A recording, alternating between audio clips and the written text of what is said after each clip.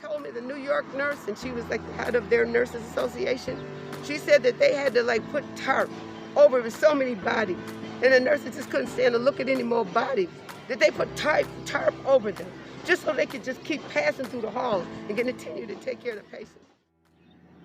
Hi folks, welcome to Viper One Actual Media Productions. I am on the ground at Amita Health, St. Joseph Medical Center. I'm going to go get some answers and some opinions on the current strike that is ongoing right now as of July 4th, which was yesterday. Today is Sunday, the July 5th. And I'm going to go see if I can get some answers in regards to why they're on strike, any kind of details they may be able to give out, and see if I can also get some questions answered in regards to their view on the CV thing. Don't really want to say it on the channel, don't want the channel to be taken down for it, but you guys get the idea. So this is Viper One Actual. I'm here at, again, Amita Health, St. Joseph Medical Center in Joliet, Illinois. I will see you folks in 1 second.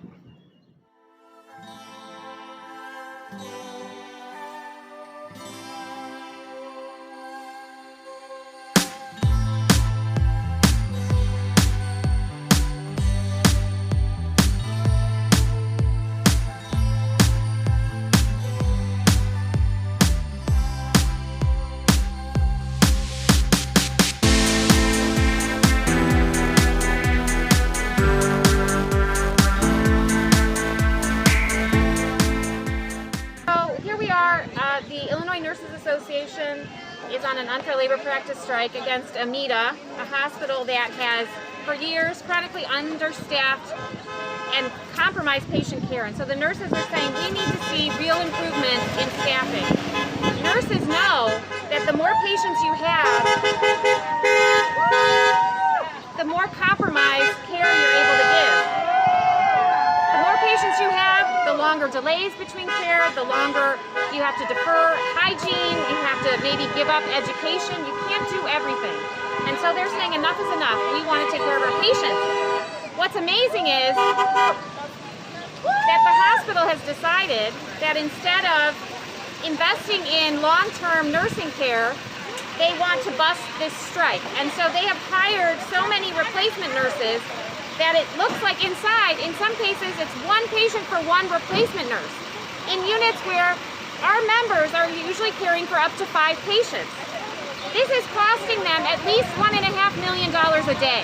So they've decided to spend their money to bust the union, the nurses who are standing up for their patients, and put money into that, and while they're offering no wage increase to nurses who risked their lives during COVID and got us through the worst of that initial wave, they're spending it on strike breakers. They're flying them in.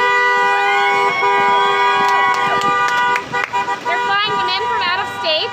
They don't have licenses to work in Illinois. In some cases, they're putting them up in hotels, paying for their hotel, and they're driving them in luxury coach buses, which cost $1,000 each a day.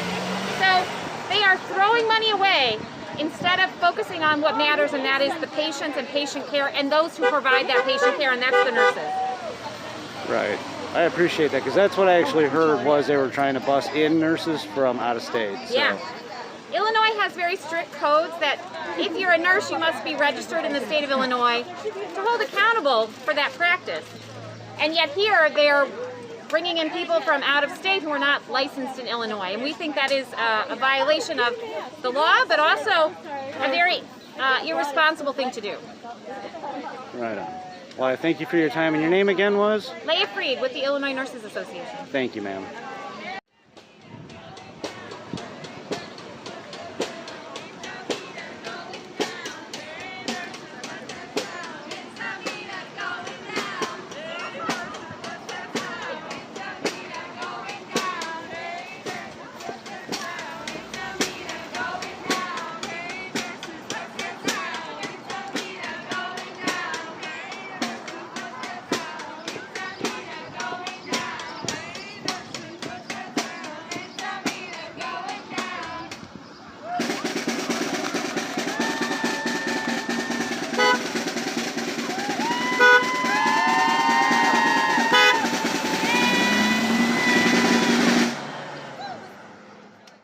I'm with media, with Viper One. Oh, okay. And I just wanted to get some information as far as What's going on? Why you guys are striking? Your opinions, your views, any of that? Okay.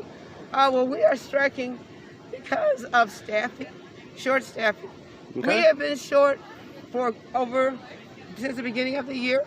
So when COVID hit, it just escalated that like exponentially. We are in such need of nurses. And so today and yesterday is such a defeating moment when we see 6 buses of nurses or agency that don't even know our hospital, and they have 17 patients and they have 11 nurses. When our nurses were up on the same COVID telemetry unit, they had 4 to 5 patients. And now these people, I got one nurse to 1 patient. And they won't listen at all. They have staffing grids, and their staffing grids, they refuse to even follow them. We propose and repropose and repropose to if you would follow your own staffing that you establish. We wanted in the contract to try to get them and force them to use them. We asked them too, they have the manager, when we have the assistant manager, we have the secretary. They're all in that staffing grid. We asked them to limit that to just hands-on patient care nurses, and they won't do that. That's an easy fix. You can make the room. Our nurses have contracted COVID. We had 6 nurses on 1 floor. They were treated abominably. They were told, of course, go and follow up with your primary physician and then go get on unemployment. Then one nurse had a relapse and she was told, no, you need to come back to work. It's just like they don't recognize our work. They don't recognize what we're trying to explain to them. If you don't do the care, you have to listen to the ones that are doing the care, because we're telling you how much the patient care that patients need. You've seen on TV yourself about a COVID patient. They can be talking to you and then they can be almost on the ventilator the next moment. And when you're steady changing all of your PPE, what is happening to those other 4 patients, those other 3 patients? And they just will not give on that. And their comment was that they don't want to be committed and held accountable, is what they said. And for the record, whose comment was that? This was management. This was our negotiators, which is the hospital lawyer, their chief negotiator. And I'm on the negotiating team as well. So just to hear that. We have been negotiating for 5 months. We're still, as of last week, we were still trying to get bereavement for our part-time and our come when you need them nurses called Quinn. They didn't feel that they qualified for bereavement. And as you know, the families aren't able to come in. When these people have been dying, we're their family. But when our families die, they don't matter. You can't be with them. That's the kind of just almost inhumane the way that we're being treated and considered. And the nurses are like, I can't do this. And I always get the question, who is gonna walk out in a COVID pandemic? It is now waxing, and our contract expired on May 9th. And therefore, we are just forced that we have to make a move. Our license is on the line, but more importantly, patients' lives are on the line. If we don't have enough hands to take care of the patients, what good are we in there if we can't give the care? You know what I'm saying? So unfortunately, our hearts are broken. We are devastated. This is not an easy move for us. We want to be in there for our patients. We are so worried right now. I asked you to talk to any nurse that's out here.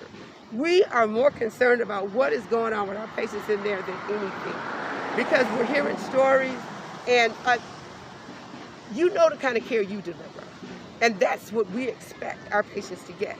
And we are really worried that they're not getting that quality care that they deserve. So it's all about our patients. They offered us to settle with this, settle with that. They tried to take away our extended illness bank, because when we get sick, then we'd have payment as full-time coverage. They wanted to take that away because they wanted to level it out, I guess, across all AMITA. But then with checking with the other AMITA hospitals, they're not taking theirs away. You know what I'm saying? That's called you trying to break the union, because we have the only union in AMITA. That's what that is. You're just, kind of sticking it to us, actually. So that's exactly where we are right now.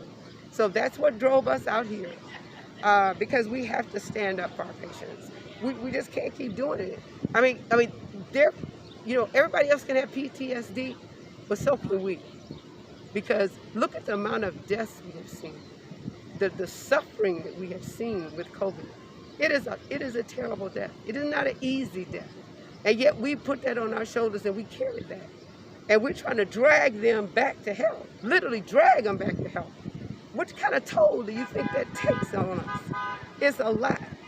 And so if you don't listen, then we have to kind of force you to listen. And maybe now that we're not there and they're dealing with nurses that don't know what they're doing because this is not their facility, they don't know our practices, maybe they will miss us and miss our standard of care, which they always boast about, a standard of care. What did they say on TV? In sickness and in health? No, it's in sickness and in wealth. Because if you can't make an allotment in your budget to make sure that you have the number of nurses to care for your patients, then it's all redundant. You know what I'm saying? It's just words. Right. So that's what we're doing. So do you have any anticipation on an end date, when they might come to an agreement, or? Well, when we went on strike, we gave them a 10-day notice, which was like being effective on the 4th. Before we went out on strike, the hospital told us they were locking us out. Normally when you go on strike, they lock you out when you try to come back. They locked 720 nurses out from the 7-4 to 7-9. And then they gave us a lot of criteria about how to get back. But we are still trying to negotiate. And we had a proposal. We were up negotiating all of the 3rd. And we were working, and then all night until 1:30 in the morning with management and the hospital team. And then at 7 o'clock, nothing happened. We gave them a proposal. We rewrote our proposals again to try to make them more palatable. And we have not heard from them since. Now, Herb Buchanan came out yesterday, brought us some water. And he told us they need their nurses inside. That's what he said. He said, there'll be a proposal, and we will have our nurses back next week. So we are looking forward to that, but we need to see some movement on allowing us to care for our patients, not impeding us from taking care of our patients. Right. And I know this is probably a question you may have been asked in the past. A lot of people have this conspiracy theory that COVID's not as bad as they say it is and all this other stuff. Now, listening to you, I understand it is a serious issue. But they've said that there's been a lot of deaths that have been made, made up, I guess, because they died possibly with it versus of it. Well, I'm going to tell you that last Sunday, I am on the board of the Illinois Nurses Association. I planned and we put together a COVID remembrance of our nurses who have passed away from COVID. We had nurses that sent us information about how bad it was in New York. We had nurse representation from Wisconsin, Illinois, New York, and Michigan on that call to remember our nurses. They told us horror stories. So yes, it's real. It is real. And now just the implication that it could be affecting our children, but it's a different kind of mechanism that is affecting them. That's a terror in itself. COVID is real, it is not played. I have seen people suffer. I recently had a patient and they just struggling to take a breath. It is not a joke, it is real. And people are dying. And when they told me, the New York nurse, and she was like the head of their nurses association, she said that they had to put tarp over so many bodies. And the nurses just couldn't stand to look at any more bodies. That they put tarp over them just so they could just keep passing through the halls and continue to take care of the patients. So that's just, it breaks your heart because it's real. And that's just like, oh my God, I don't know how people cannot believe this.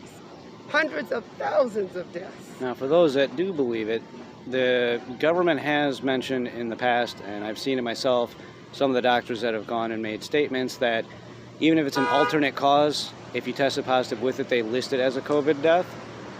What's your opinion on that? Do you think that's factual, or do you think that it's legitimately they died of COVID?